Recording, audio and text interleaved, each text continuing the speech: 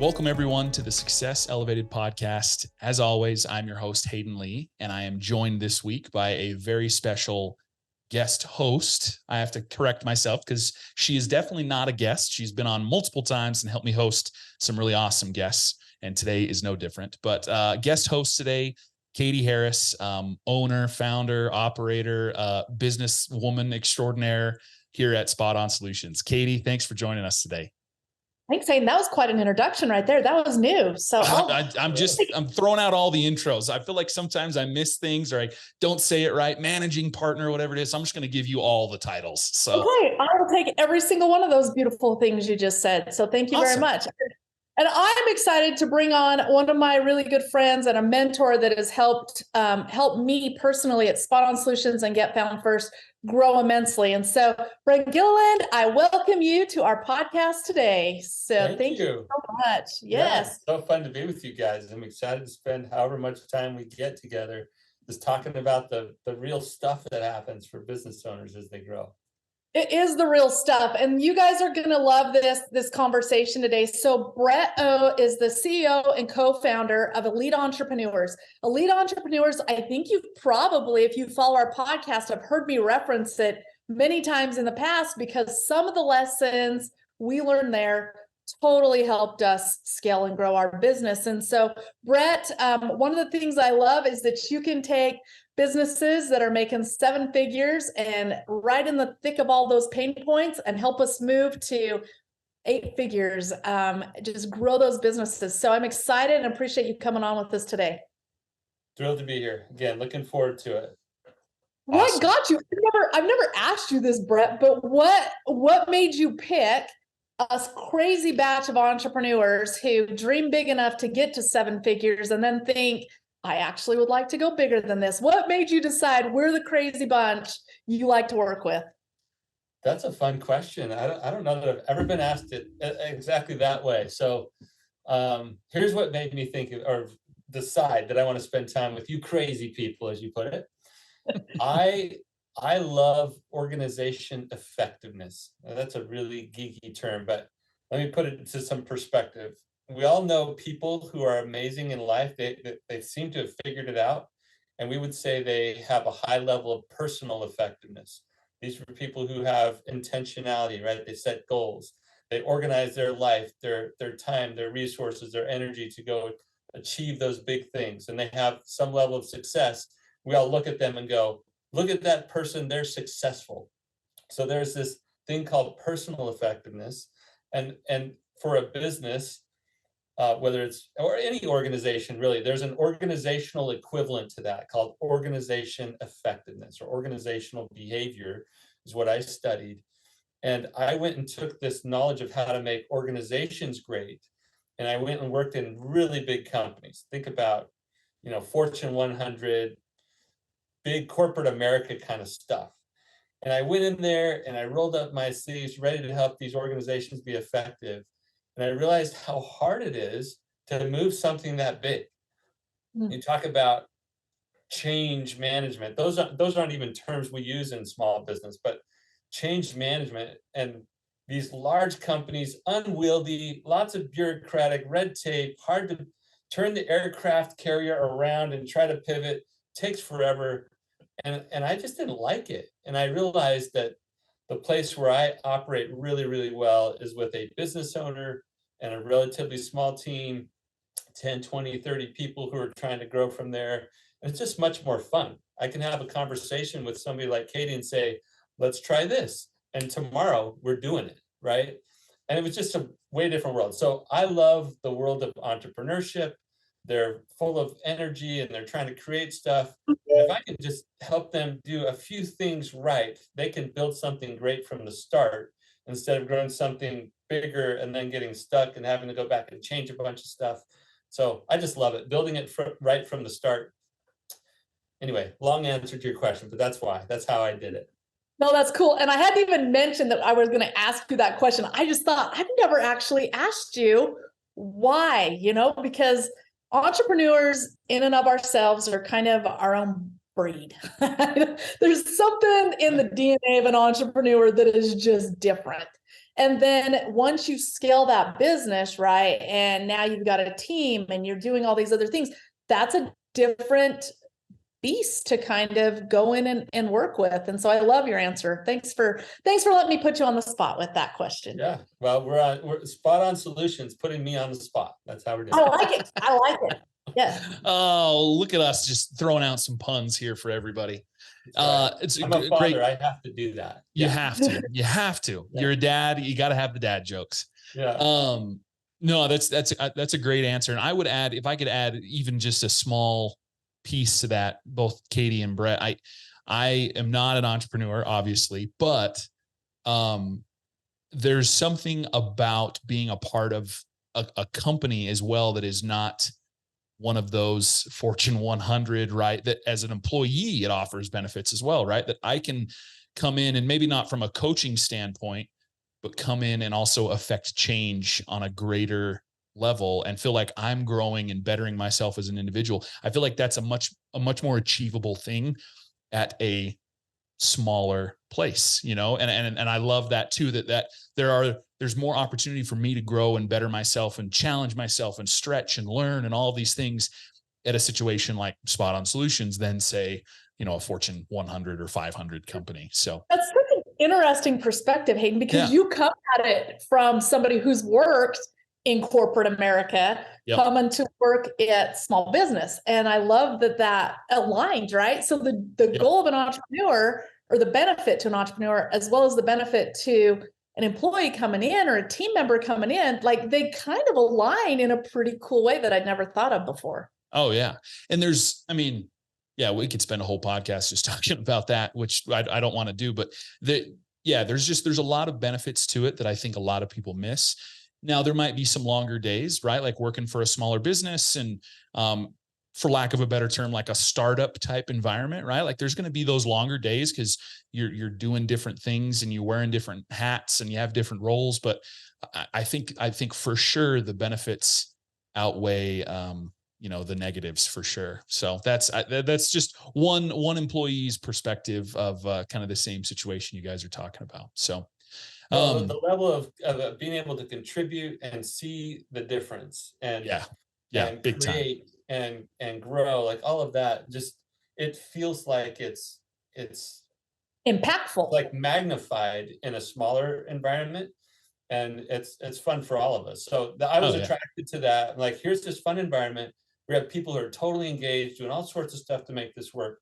And if I could just give a little bit of structure and some best practices that would make a huge difference for them, that's just so rewarding for me. So that, bringing it back around to the question, it's just so much more fun for me to do it in this space than, in some other place where I get lost in the machine. So Brett, I'm super curious, like you're not working with startups. That's not your space, right? So we're going to fast forward past all the ugly years of a startup, and we're going to go to the business owner that's making, 7 figures. They've got a successful company. They've overcome the odds, doing a lot of things right.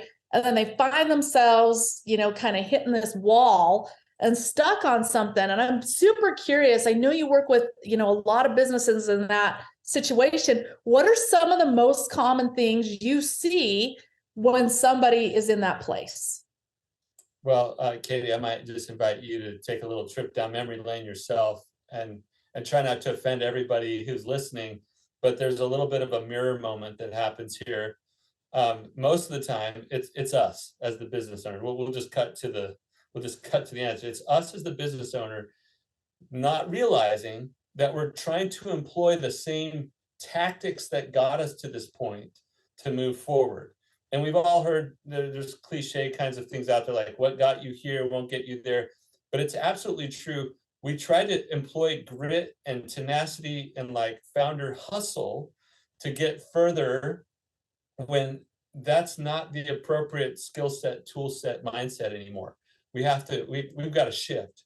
And the place we have to shift to is actually one of more business building, a little more structure and intentionality around how the business gets formed, or formed is probably the wrong word, but how the business develops or grows, and a little more attention to our own leadership capability. So there's some structure, process stuff that has to happen in the business, And there's some just, I have to become a leader of people as my team grows.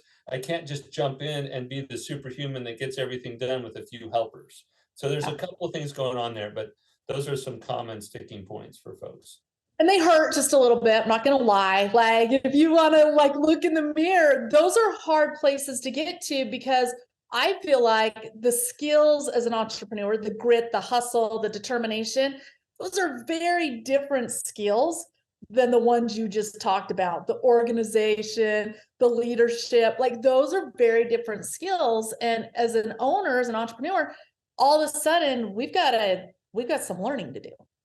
That's right. And it's hard because not only is there a little bit of like, I have to be willing to go learn something else. And it's so fascinating, Katie and Hayden, both of you can appreciate this, because that gritty founder, they hustled, but it wasn't just hustle. They had to learn some things. They had to learn how to sell, unless they were naturally gifted at it. They had to learn how to market, or at least have consistent lead generation coming in. They had to learn how to have a fulfill on their product or service in a consistent way. They learn how to hire people. So they learned several things, and then they sort of settle into a comfort level, like this thing's going. Like you said, we beat the odds, we got it off the ground, and now I'm hitting a little bit of a ceiling, and I don't know why. But some founders are sort of tired of learning the next thing at that point. Or they believe, well, I just wasn't born a leader, so I can't figure it out. That's bull. Like you learned how to market, you learned how to sell, you learned how to fulfill at some level of scale. Like you had to learn all these things to get it to this point. It's just the next thing to learn is how to lead and how to do this organization development work or this business building work. So it's just the next thing to learn. It's awesome. So many good pieces there, Brett. I think we could spend some time on, but for me, and I can't remember who said this, but somebody said this to me recently, and I don't know if it was a podcast I recorded. It might have been Jake Johnson, and during his podcast, Katie, I can't remember who it was. But you get to a point when you're growing a business where you want to be, in order to grow beyond where you're at. And, we're specifically talking about some thresholds here that I think there's pain points at, but if you want to grow beyond where you're at today, I think you have to get to a point where instead of working in the business all the time, you're working on the business.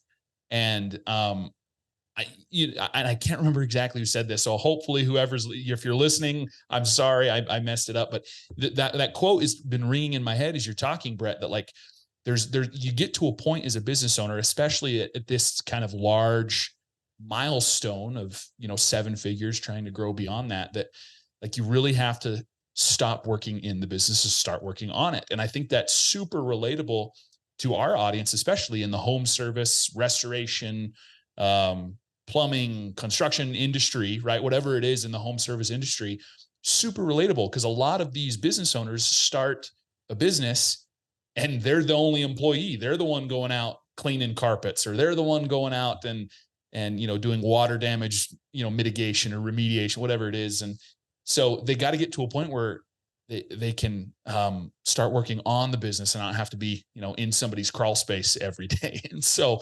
that's the thought that keeps ringing into my brain, that like, you've got to get to this point. And I don't know if it's, and yeah, there's probably some dollar figures that kind of lead to that threshold, but I don't know if it's how many employees you've got, or if it's more of a mindset or an attitude shift that's got to happen. But maybe you could speak to that, Brett. I don't know what exactly it is that has to change, but what do you feel that is the kind of the big turning point for that? Instead of working in the business, you're working on it. Yeah, and it's less about what I feel, although I have some strong feelings about it. It's more about what the data or the patterns show. And the reason we talk about 7 figures in particular is, and I love the way that Katie teed this up earlier, is like those who survived, right? Because most businesses don't get to this point. It's only like somewhere between 3 and 5% of businesses that ever start that make it to that magical $1 million revenue point. Like that's what the data shows. So let's call it 3%. 3 out of 100 who started here in the United States, and I think that holds outside the US as well, but 3% make it to that million, and then they hit this new sticking point. And it's real, like it's real. tangible. Yeah. Yeah. And we use the dollar amount as kind of a proxy, though. It represents a level of business maturity or actually organizational complexity. So not many businesses, for example, can have 20 or 30 people and be $1 million business, right? Maybe McDonald's can have 20 part-time employees and run $1 million through there every year, or 2 million or whatever. But most businesses, especially in the services businesses we're talking about, if they're going to be fulfilling on service to clients' homes or their businesses, they've got to have staff to fulfill on that, right? And it's usually around 10 people. It might be 7 or 8 on the low end. It might be 12 or 13 on the high end. But there's this organizational complexity where the business owner has to go from being integral to how everything runs, to the service delivery, to the sales and service delivery, to now I've got a team of people who I'm leading to do all of that, and I'm less involved in it. And that transition is just really hard for many of us who grew up in the business, right? Like, we learned it all. We became the expert. All the teams looking to us for answers, and or we feel so great about that level of mastery, right? Like, we know this so well, and I can do it with my eyes closed, but we get stuck in the machine of doing it, and then we don't move on to building the business from there. And so every single business out there is perfectly designed today to get the results they're getting today. And as long as that business owner is completely tied up in running today's machine, tomorrow's machine is not being built. There's no progress, there's no development. It's just continuing to do the thing that has to happen to keep the current machine running. And that's what gets so many business owners stuck right there. But it's so hard. Talk to me a little bit about what you see with the people you work with, Brett, because I know we were stuck there, right? Like, my company was stuck there, and we're like, we are just in the business. I can't get past this point. I don't know what I'm doing. And there was a process internally that even had to happen to decide, I've got to go get help, right? I've got to go learn some new stuff. And that's what brought me to you initially, when I came out to Arizona and worked with elite entrepreneurs. And it was a very pivotal part of my business, right? So my first step was I had to make the shift in my mind, like, okay, guess what? Like, I don't know how to do this. I can't figure this out on my own. But even after I went and learned it, there was a next phase for us, which was just letting go of some things. Why is that so hard? Other than, I'll say, there's a little bit of ego that's like, they can't do it as good as me, which is not true. They usually can do it way, way, way better. They may not do it the same as me. But what stops us from being willing to go there?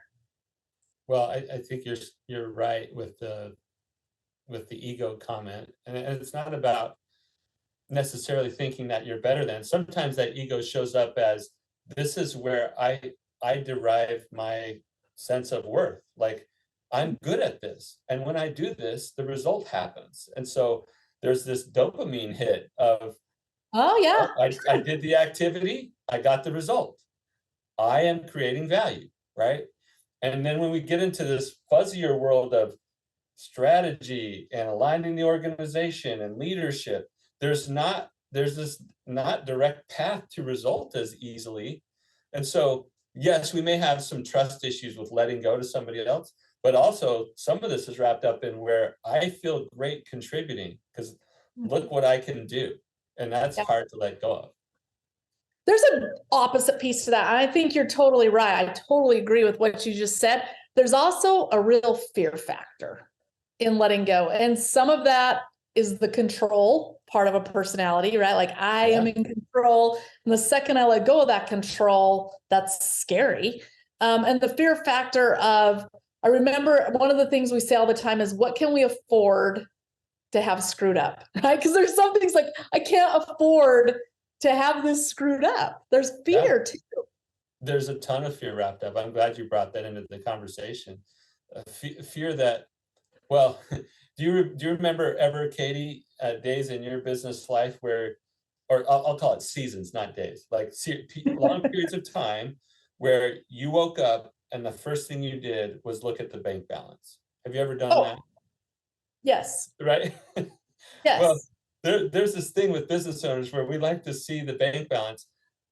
Some of that can be fun, but there are seasons in many of our businesses where that's like out of necessity, where we wake up, we're like, how are we doing? Are we surviving? Like, are we, What does the cash are look we going like? to make payroll? Are we going to be able to pay those bills? And so when you talk about having one thing go wrong, if that one thing can significantly decrease the chances of me making good on financial obligations that are coming up, that Yeah. scares me to death, right? And so Yeah. sometimes we build our business in a way that it feels like a house of cards, and we're just waiting for the wind to blow strong enough or somebody to like push the table and have that thing come tumbling down.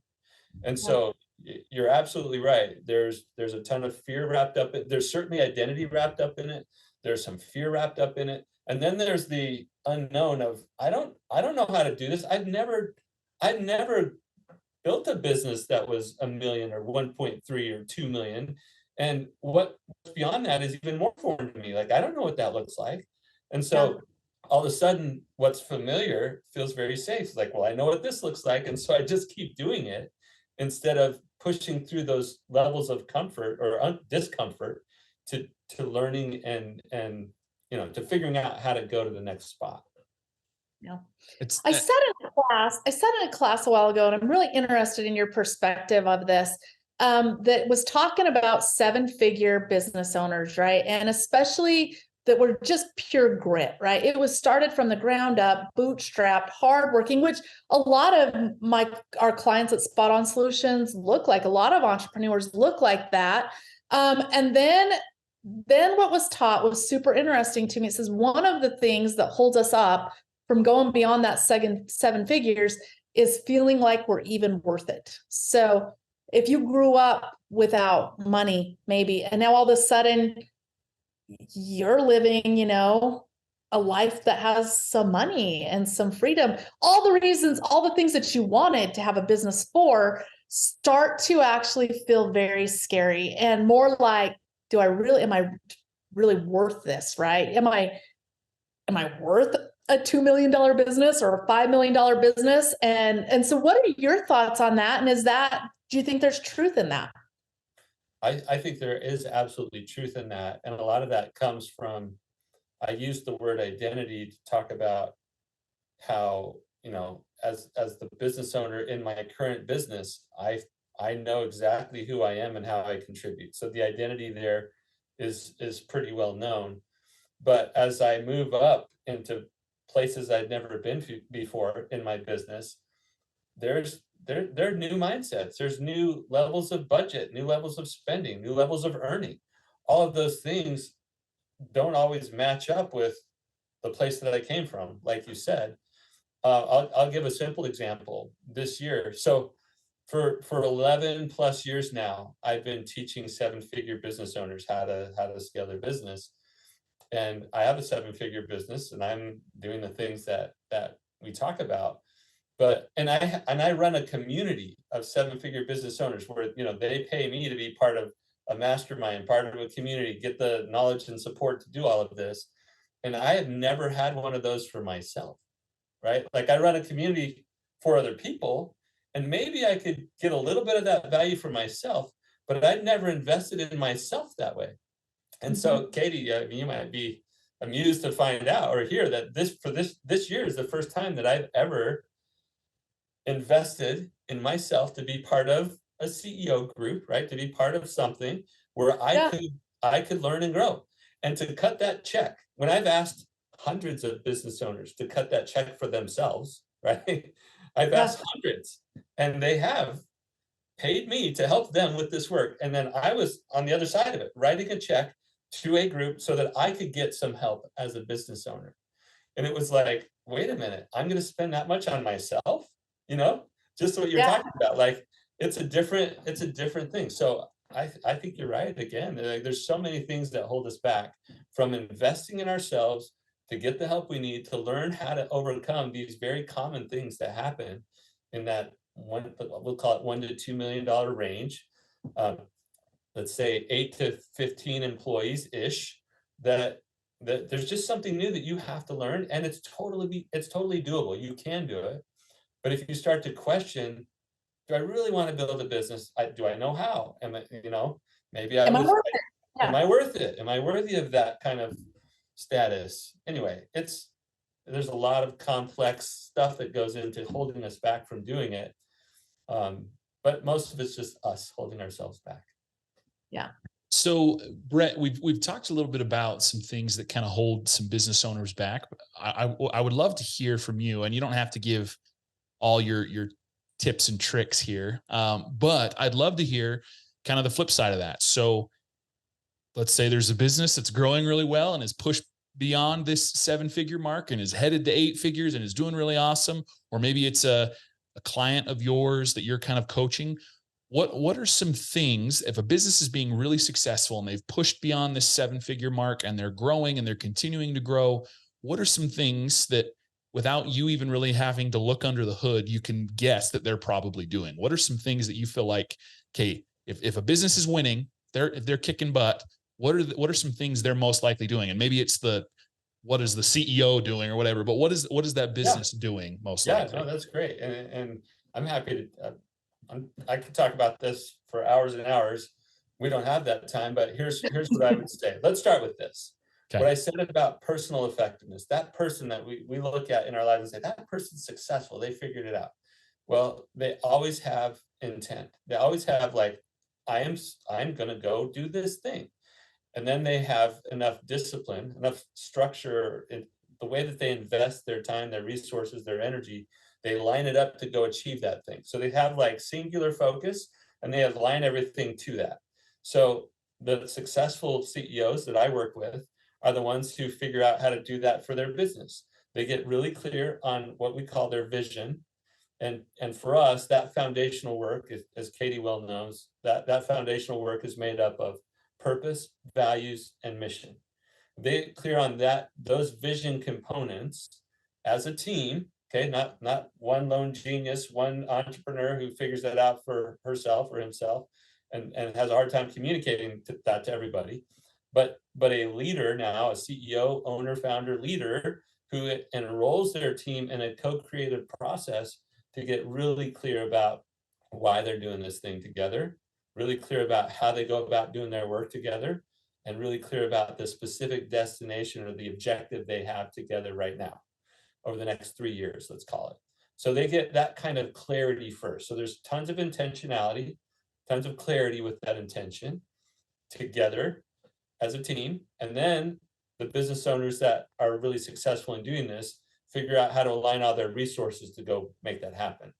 So that looks like building a team, right? Especially in service businesses, you don't go create that thing without building the team. Yep. And the best businesses figure out how to build great teams. And the ones who suffer are the ones that have the revolving door with their, they don't call them team members, they call them employees or like necessary evil, right? They're like more people, more headaches. They sort of equate the two. And I'm telling you, the best ones figure out how to make their team amazing. They build an environment where the team can thrive. They build a place where people want to come work and stay. And that transition is a little tricky for some of us as business owners, but they get really intentional, tons of clarity, tons of alignment, and then they build the right team to go make that happen. And then the rest of the resources they have, which is it's not unlimited. They're scarce resources that we use, but they're all aligned towards those same mission-oriented or strategic objectives that they are very clear about. So they don't go squandering resources on lots of shiny objects. We gotta cut that off. All my shiny object syndrome friends out there, we gotta cut that off. We gotta get really clear, really singular in our focus, bring the right people to that team, and then make sure other available resources are all going towards building that future together. So that's oversimplified, but that's what I would answer. No, that's awesome.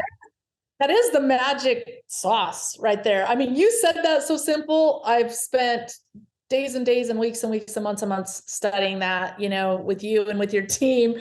But it was like putting gas on a fire for us. Like when we got clear and could articulate those type of things, right? Set the vision, build the team, secure the cash. Set the vision, build the team, secure the cash. Like that was just like inbred in us. And all of a sudden, okay, guess what? I feel movement. I feel momentum for sure. Yeah, and the momentum comes with the clarity, but it also, something magical happens when you enroll the team in this way. There's some sauce in there that we can't really dive into today, but you've got to get out of your head that like I'm the boss and I tell people what to do and they better line up or get out of here, right? Like Yep. if you're that type of person, I'm sorry, you got bad news coming on how far you can scale this thing.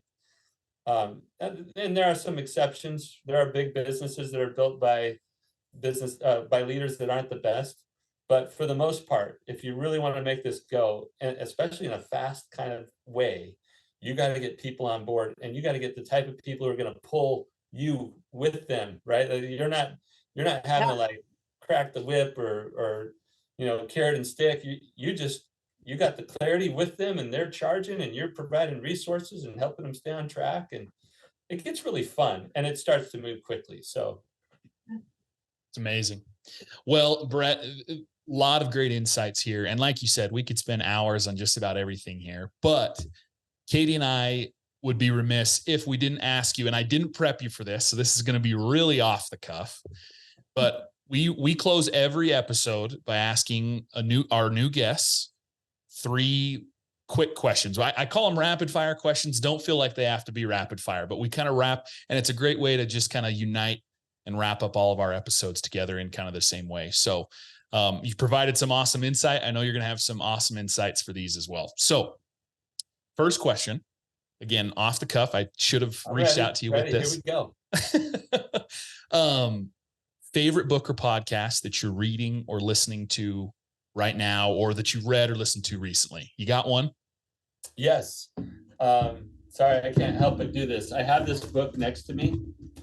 It's not one that I read right now, but I always have it next to me. This is Jim Collins' most recent book called BE 2.0. BE stands for Beyond Entrepreneurship. You kind of see it there in the background. His first book ever was called Beyond Entrepreneurship. Nobody knows about it because he wrote it with his mentor, Bill Lazier. Bill passed away many years ago. Jim wanted to do a little rewrite or refresh of this book in memory of his great mentor.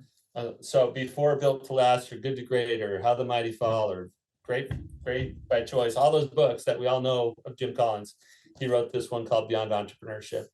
I also love this one because in the back, he gave some credit to,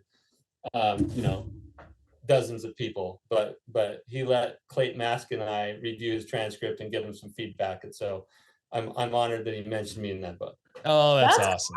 I haven't read that book. That just went on my list. That's a good one. Yeah, get it on your great list. Recommendation. Off the cuff, Katie. Look at this guy, man. We didn't even have to prep for it. So good. Second question.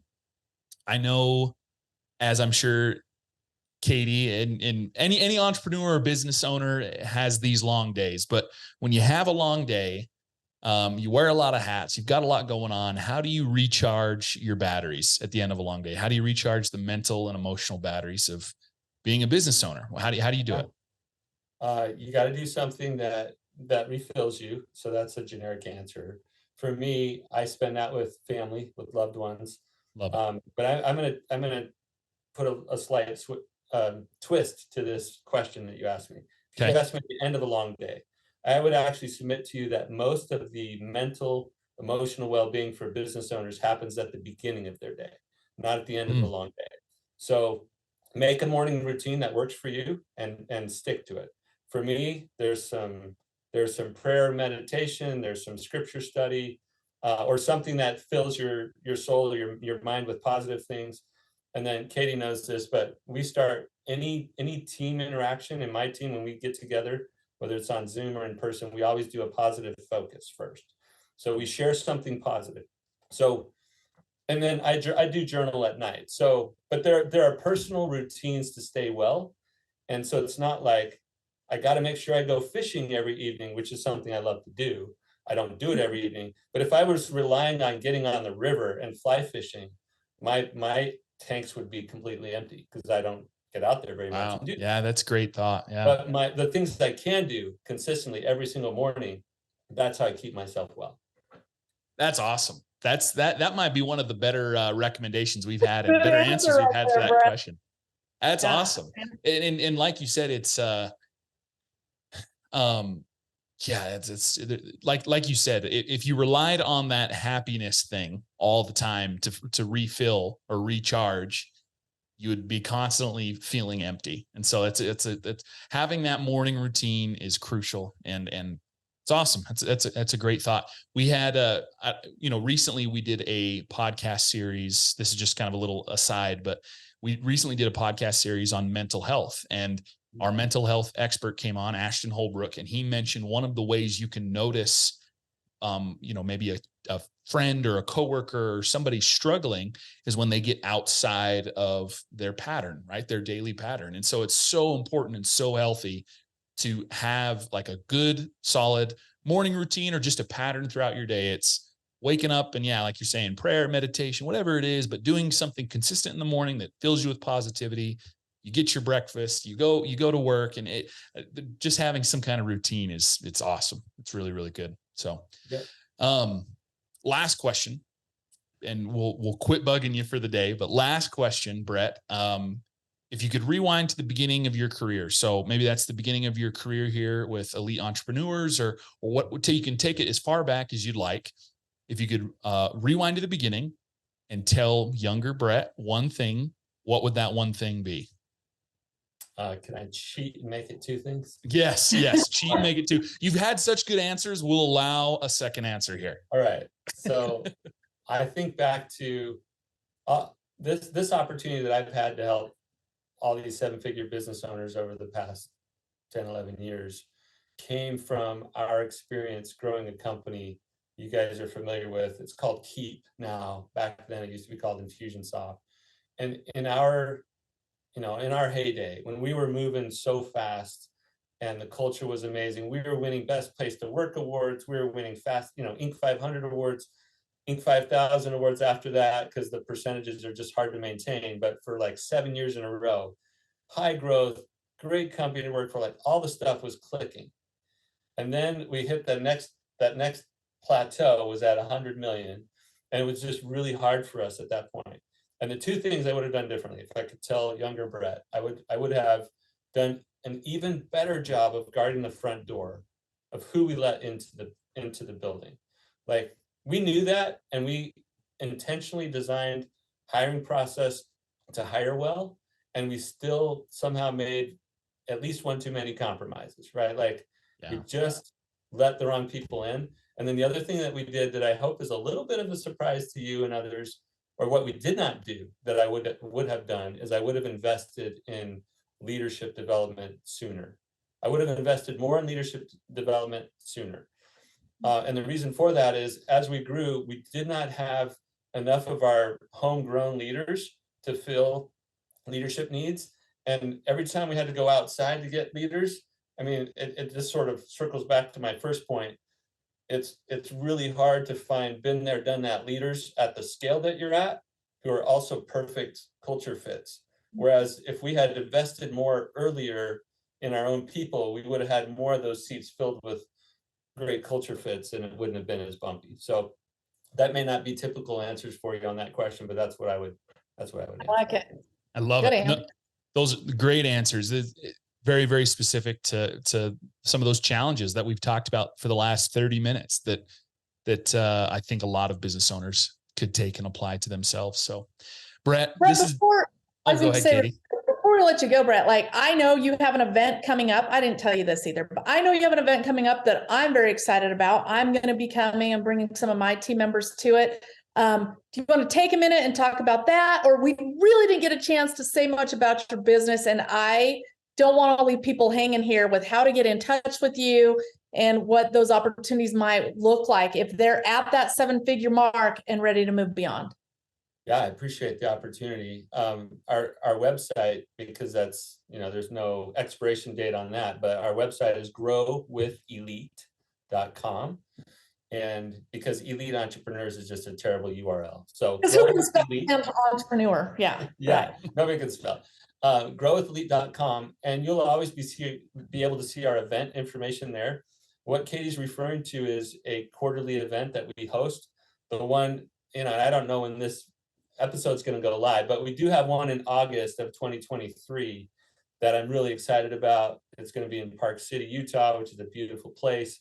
but it's all about true leadership from uncertain to unstoppable. Speaking to that point earlier about that transition, where like, I don't know how to lead. Nobody does at first. And so we put a whole event together to up level the leadership of 7-figure business owners and their team members who they're investing in. And so I'm just really excited about that event. So I'm grateful that you mentioned it. But if you hear this episode after August 16, 17, 18, there'll be another amazing event on the docket. There's another one coming up, right? So every quarter we do events, but once a year we do a leadership focused one, and that's the one coming up next month. Love it. Awesome. Katie, good call there at the end. I appreciate it. Brett, thanks again for coming on the podcast. This was awesome. A lot of great value for our listeners and for our audience. And I'm excited to hopefully have you on again in the future. We can talk a little bit more about some of these topics, maybe dive in a little bit in more detail, some of the things we talked about today. So thanks, Brett. Appreciate it. Yeah. Happy to come back whenever it be useful. Thank you. Thanks, my friend. Always love visiting with you. Bye-bye. This has been Success Elevated, making you a little bit better one show at a time. Thanks for joining us.